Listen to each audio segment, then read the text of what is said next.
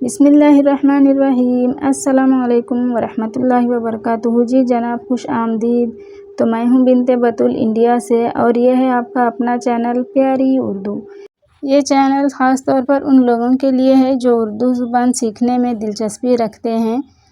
हमारा मकसद है कि हम अपनी प्यारी उर्दू ज़ुबान की अहमियत को समझें और हमारी उर्दू ज़ुबान को इतना आम करें कि उर्दू के पढ़ने वाले हर घर में मौजूद हों।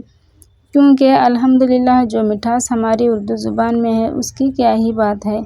तो फिर चलिए हमारे इस मकसद में आप भी ज़रूर शामिल हो जाए। तो हमारे हर वीडियो में 3 सेगमेंट्स होंगे। पहला सेगमेंट हमारा होगा एक छोटी सी कहानी के साथ, इसे सुनकर हम अल्फाज की सही तलफ़्फ़ुज़ सीख पाएंगे। और हमारे दूसरे सेगमेंट में हम उर्दू की बुनियादी तालीम यानी बेसिक लर्निंग्स सीखेंगे। और तीसरे सेगमेंट में हम 5 मुश्किल अल्फाज के मायने सीखेंगे पूरे तफसील के साथ, उर्दू टू उर्दू। तो फिर चलें शुरू करते हैं। एक बादशाह गुलाम के साथ किसी कश्ती में बैठा था। गुलाम ने इससे पहले कभी दरिया ना देखा था, कश्ती का सफ़र भी नहीं किया था। उसके जिस्म में कपकपी शुरू हो गई। डर के मारे उसने रोना धोना शुरू कर दिया। इसके इस रवैये पर बादशाह को तकलीफ़ हुई। उसे चुप करने के लिए कोई तदबीर समझ में नहीं आ रही थी। इस कश्ती में एक दाना भी था। उसने बादशाह से कहा कि अगर आप हुक्म दें तो उसे चुप कर दूं। बादशाह ने कहा कि बड़ी मेहरबानी होगी। उस दाना के इशारे पर मुलाजिमों ने गुलाम को दरिया में फेंक दिया। जब वो चंद ग़ौते खा चुका तो उसके बालों को पकड़ कर कश्ती की तरफ ले आए। उसने कश्ती के पिछले हिस्से को दोनों हाथों से पकड़ लिया और फिर कश्ती के एक कोने में दुबक कर बैठ गया। बादशाह को ये तदबीर बहुत पसंद आई। दाना से बादशाह ने पूछा कि इसमें क्या हिकमत थी। दाना ने कहा कि उसने कभी डूबने की तकलीफ़ नहीं उठाई थी और कश्ती के आराम को नहीं जानता था। आराम की कदर वही जान सकता है जो मुसीबत झेल चुका हो। तो इसीलिए बुज़ुर्ग कहते हैं कि आराम का मज़ा तकलीफ़ उठाने के बाद ही मिलता है।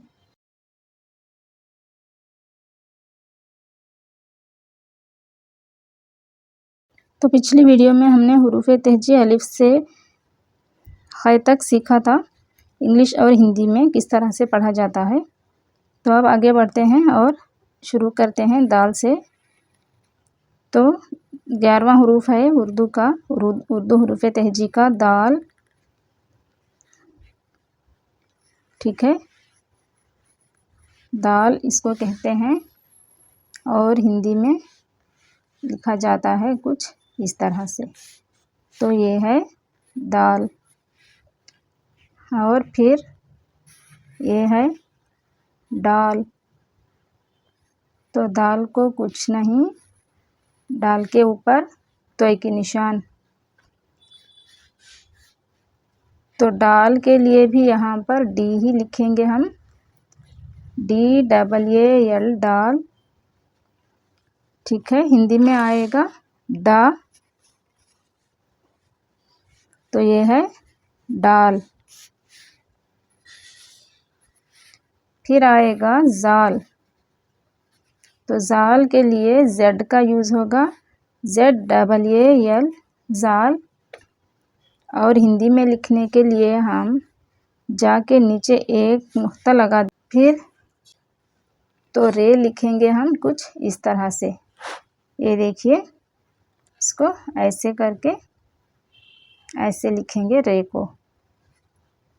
तो ये है रे, REY रे। ये है रे। और हिंदी में इसकी आवाज़ आएगी रे। फिर जे, ये भी लिखेंगे जेड से, ZEY जे। और हिंदी में लिखेंगे जा को नीचे नुक्ता देते हुए जे। रे, सॉरी, रे के बाद यहाँ पर आना चाहिए रे, जे बाद में आएगा। रे लिखना था मुझे, ये मिस हो गया। तो रे लिखेंगे, रे के बाद रे, रे के बाद जे।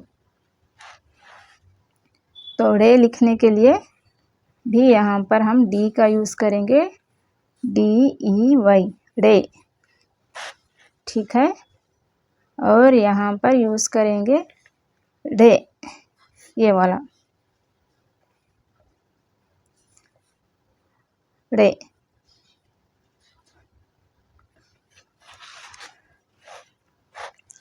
दाल, डाल, जाल, रे, रे, जे। उसके बाद सीन,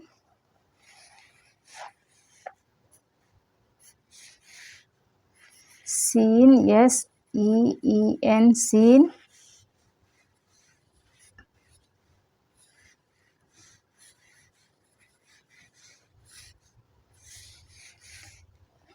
शीन,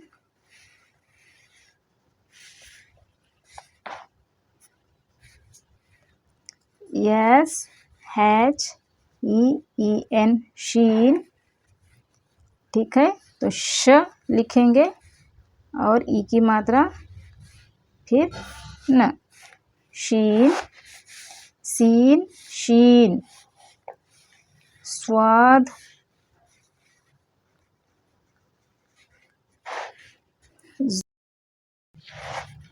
ये सावत्तु है, ये वाह है। फिर स्वाद के बाद आएगा ज्वाद, तो ज्वाद, ZWAD, ज्वाद। जैसे ज वत्तु और फिर वाह की मात्रा फिर द, तो इस तरह से लिखेंगे हम। तो आज के भी 10 हरूफ कंप्लीट हुए। कल की वीडियो में, पिछली वीडियो में हमने सीखा था यहाँ से शुरुआती हरूफ तहजी से। तो ये अलिफ, बे, पे, ते, टे, से, जीम, चीम, है, खै। दाल, डाल, जाल, रे, रे, जे, सीन, शीन, स्वाद, ज्वाद। त्वय, तो त्वय, THWEY, त्वय, यानी तावत्तु लिखेंगे और लिखेंगे वे, त्वे, या फिर इस तरह से भी लिख सकते हैं, त्वय, त्वय, तो ये हो जाएगा ये। तो इसके लिए मैंने ये लिखा त्वय। फिर त्वय के बाद ज्वय, ये है ज्वय, तो ज्वय, ZWEY, ज्वय, ज्वय, त्वय, ज्वय। और अब लिखेंगे आइन,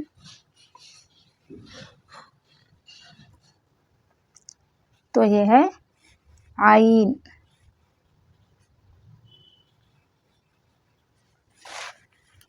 आइन, न, आइन। फिर गाइन आएगा हुर्फ, आइन के बाद ऊपर एक नुक्ता आएगा, तो ये गाइन हो जाएगा। तो इसके लिए लिखेंगे GHIEN, गाइन। और यहाँ पर लिखेंगे गाय, तो ग के नीचे नुक्ता डालेंगे, तो ये हो जाएगा ग, तो गाइन। और ये है फे, FEY, फे, और फ के नीचे नुक्ता देंगे, तो ये फे। ख्वाफ, तो ख्वाफ ऐसे लिखेंगे, ऊपर 2 नुक्ते डालेंगे, तो ये है ख्वाफ। तो ख्वाफ, QAAF, ख्वाफ।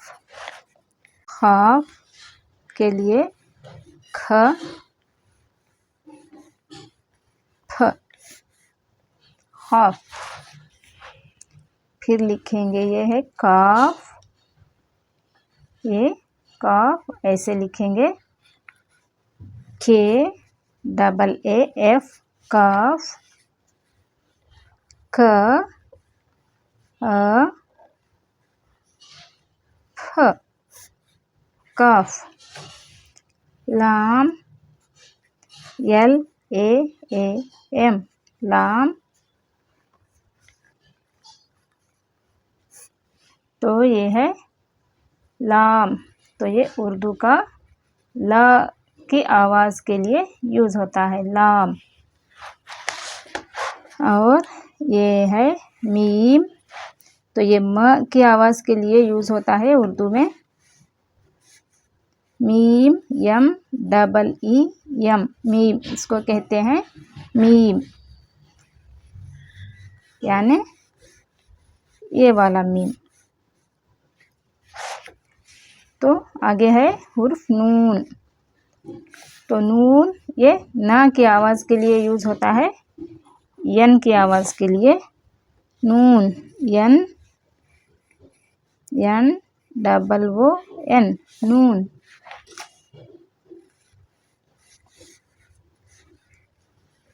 नून, वाव, वाव वाला वाव नहीं, वाव, यानी इसको कहते हैं, इस हुरूफ को वाव। तो ये वाव जो है ये वा की आवाज़ के लिए यूज़ होता है। तो हिंदी में लिखेंगे वाव। फिर आता है हे। तो हे ह की आवाज़ के लिए यूज़ होता है। हे जो है वो 3 तरह के इस्तेमाल होते हैं, ये गोल है, ये झटके वाला है, और ये 2 चश्मी है। तो इसको भी है कहेंगे, इसको भी है कहेंगे, और इसको भी है ही कहेंगे, ठीक है। तो ये है हमज़ा। तो इसको हमज़ा कहते हैं, इस तरह से लिखकर। ये हमज़ा है, मतलब इसकी आवाज़ हा से शुरू नहीं होगी, बल्कि ये जो है ये अ की आवाज़ के लिए यूज़ होता है। तो ये कहाँ कहाँ पर यूज़ होता है हमज़ा, ये आगे आगे आपको सबक सीखते हुए समझ में आ जाएगा। तो ये है हमज़ा। आपसे रिक्वेस्ट है कि जो कुछ भी आप सीखना चाहते हैं उसे कंपलसरी नोट कर लें, ताकि आपको ज़रूरत के वक्त उठाकर सीखने का, मशक करने का मौका मिल सके। फिर हमज़ा के बाद है ई। तो ई बोलते हैं इसे। तो ये ई जो है ये या की आवाज़ के लिए यूज़ होता है। तो इसके लिए यहाँ पर वही ज़रूरी है, ये ई नहीं, ये है, ये यानी या से शुरू होगी इसकी आवाज़, या से शुरू होती है इस तरह से, ये। और ये है ये। तो ये जो है ये भी या की आवाज़ के लिए इस्तेमाल होता है, ठीक है। तो यहाँ पर कंप्लीट हुए हमारे हुरूफ़ तहज्जी के आवाज़ वाले हुरूफ़, हुरूफ़ तहज्जी के हुरूफ़, ठीक, किस तरह से इसको हम पढ़ते हैं। तो एक बार फिर से दोबारा हम शुरू से रिपीट कर लेंगे किस तरह से हम पढ़ते हैं इसको। तो ये देखिए, अलिफ, इसको कहते हैं अलिफ, हुरूफ़ तहज्जी। अलिफ, बे, पे, ते, टे, से, जीम, चीम, है, खे। दाल, ये द की आवाज़ के लिए यूज़ होगा। दाल, ये डा की आवाज़ के लिए इस्तेमाल होगा। जाल, जो कि ज की आवाज़ देता है। ये रा, ये र की आवाज़ देता है। ज, रा के बाद ड़, और ये है ज़ा। सीन, शीन, स्वाद, ज़्वाद, और ये है त्वय, जो त्वा की आवाज़ के लिए यूज़ होगा, और यह है ज़्वय। तो यहाँ पर 2 हुर्फ़ हैं ता की आवाज़ वाले, इसको हम ते कहते हैं। तो ये ते जो है ते और ये त्वा, आवाज़ दोनों की बिल्कुल सेम है, पर इसको थोड़ा सा फ़र्क से पढ़ेंगे। ये ता जो है इसकी आवाज़ बारीक से पढ़ेंगे हम। ये त्वा जो है इसको गोल आवाज़ से पढ़ेंगे। गोल आवाज़ से बोले जाने हुरूफ के लिए, बोले जाने वाले अल्फाज के लिए त्वा लिखते हैं। तो वो भी आपको आगे आगे सीखते सीखते समझ में आ जाएगा। और ये ज़्वा और ये ज़ाल और ये ज़े, इसका भी सेम है, आवाज़ इसकी सेम ही होती है, पर इसको पढ़ते हुए थोड़ा सा फ़र्क करना पड़ता है। वो आगे आगे आपको समझ में आ जाएगा। फिर उसके बाद है आइन। आइन को आ की आवाज़ के लिए पढ़ते हैं गाइन, यानी इसको गा की आवाज़ के लिए इस्तेमाल करते हैं। फे, क़ाफ, काफ, लाम, मीम, नून, वाव, हे, हमज़ा, हे, हे, हे, हमज़ा, ई, ये। तो ये थे उर्दू के 35 लेटर्स, यानी हुरूफ तहज्जी के 35 हुरूफ। ठीक है, यहाँ पर हमारी कंप्लीट हुई हुरूफ तहज्जी। किस तरह से पढ़ते हैं हमने सीखा इस वीडियो में। तो आप भी ज़रूर इसको मश्क कर लीजिएगा, तो फिर अच्छे से आपको याद रहेगा। इसमें थोड़े से सीखने वाली चीज़ें ये हैं कि इन डॉट्स को हम नुक्ता कहते हैं, इस तोय वाली निशान को हम तोय की निशान कहते हैं, और इसको हम मरकज़ कहते हैं। काफ की एक मरकज़, गाफ की 2 मरकज़, इस तरह से कहते हैं। और इसको कहेंगे झटके वाली हा, झटके वाली है, और इसको कहेंगे गोल है, और इसको कहेंगे 2 चश्मी है। चश्म मतलब आँख। और इसको जब इस तरह से हम लिखते हैं तो इसकी इन 2 पार्ट्स को अलग अलग कर देता है ये बीच वाला लाइन। तो इसकी भी एक, इस हे की भी एक बहुत बड़ी वैल्यू है हुरूफों को जोड़ के लिखते वक्त। तो इसका भी हम आगे आगे समझेंगे कि ये हे कहाँ यूज़ होता है, और ये हे कहाँ यूज़ होता है, और ये हे कहाँ यूज़ होता है। ठीक है, तो इसको कहेंगे हमज़ा, और ये है ई, और ये है ये। तो इस तरह से आपने बिल्कुल अच्छे से ये हुरूफ तहज्जी मश्क कर लेना है। इससे इस आगे की क्लास में हम सीखेंगे इन हुरूफ को हमने किस तरह से मसवतों के साथ मिलाकर जोड़कर पढ़ना है। जैसा कि अंग्रेज़ी में, इंग्लिश में हम वोवेल्स जो ऐड करके लफ्ज़ बनाते हैं कॉन्सोनेंट्स के साथ, तो इसी तरह से उर्दू हुरूफ तहज्जी के वोवेल्स यानी मसवते होते हैं अलिफ, वाव, ई और ये। बस ये 4 होते हैं इसमें। तो इंग्लिश में ए, ई, आई, वो, यू का जो मुकाम है वही मुकाम उर्दू में अलिफ, वाव, ई, ये का होता है। बाकी के तमाम हुरूफ जो है वो कॉन्सोनेंट्स होते हैं, जिसको कहते हैं मसमूते। तो हम आगे की क्लास में हम सीखेंगे कि किस तरह से इन हुरूफ को अलिफ, वाव और ई, ये जोड़कर लफ्ज़ बनाए जाते हैं। किस हुर्फ में कौन सा हुर्फ जोड़ने से कौन सा लफ्ज़ बनता है, ये तमाम बेसिक्स हम सीखेंगे अगली वीडियो में। तो इसके बाद हमारा 3rd सेगमेंट है 5 लफ्ज़ों के मायने सीखना। तो हमारे 3rd सेगमेंट में 5 लफ्ज़ों के मायने सीखेंगे। चलिए स्टार्ट करते हैं।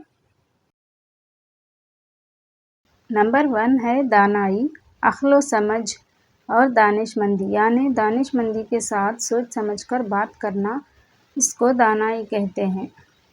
नंबर 2 रखशंदा, यानी रखशंदा का मतलब है चमकीला और रोशन, ये अमूमन औरतों का नाम भी होता है। बहुत से लोग रक्षंदा नाम रखना भी पसंद करते हैं। तो रक्षंदा का मतलब है चमकीला और बिल्कुल साफ और शफाफ। तीसरा लफ्ज़ है ज़रर रसां, नुकसान पहुंचाने वाला। जो चीज़ या कोई शख्स नुकसान पहुंचाने वाला हो तो इसको ज़रर रसां कहते हैं। यानी ये कीड़ा ज़रर रसां है, मतलब एक कीड़ा नुकसान पहुंचाने वाला है, या फिर ये शख्स बहुत बड़ा ज़रर रसां है, मतलब ये शख्स ज़रर रसां यानी नुकसान पहुंचाने वाला है। नंबर 4 है मंसूब, निस्बत किया गया, ताल्लुक़ किया हुआ, यानी जिससे निस्बत यानी मंगनी हो या फिर मंगेतर यानी रिलेटेबल हो उसको मंसूब कहते हैं। नंबर 5वां लफ्ज़ है खंदक, यानी खाई या फिर गड्ढा। जो गड्ढा गहरा गड्ढा हो या खाई हो इसको खंदक कहते हैं। तो डियर व्यूअर्स, ये थे हमारे 5 अल्फाज के मायने। तो आज की वीडियो यहीं पर ख़त्म करते हैं। और अगर आपको कोई भी मतलब का मुश्किल अल्फाज का किसी भी नाम का मायना जानना है तो ज़रूर कमेंट करके बताइएगा। और अगर आप कोई राय देना चाहते हैं और किसी बात का इंकशाफ कमेंट्स में करना चाहते हैं तो आप ज़रूर कीजिएगा, हम इंशाअल्लाह ज़रूर रिप्लाई देंगे। और अपनी राय का इजहार करना मत भूलिएगा, ताकि हमें भी मालूम हो सके कि हमारी वीडियो, हमारी काविश आपको कितने हद तक फ़ायदा दे सकी है। तो थैंक्स फॉर वाचिंग। हमारी वीडियो देखने का आप सबका बहुत बहुत शुक्रिया। इंशाअल्लाह जल्द ही मिलेंगे तीसरी वीडियो में। तो इस वीडियो को ज़्यादा से ज़्यादा शेयर ज़रूर कीजिएगा। अल्लाह आपका और हम सब का हामी व नासिर। अपना बहुत सा ख्याल रखिएगा। अल्लाह हाफिज़।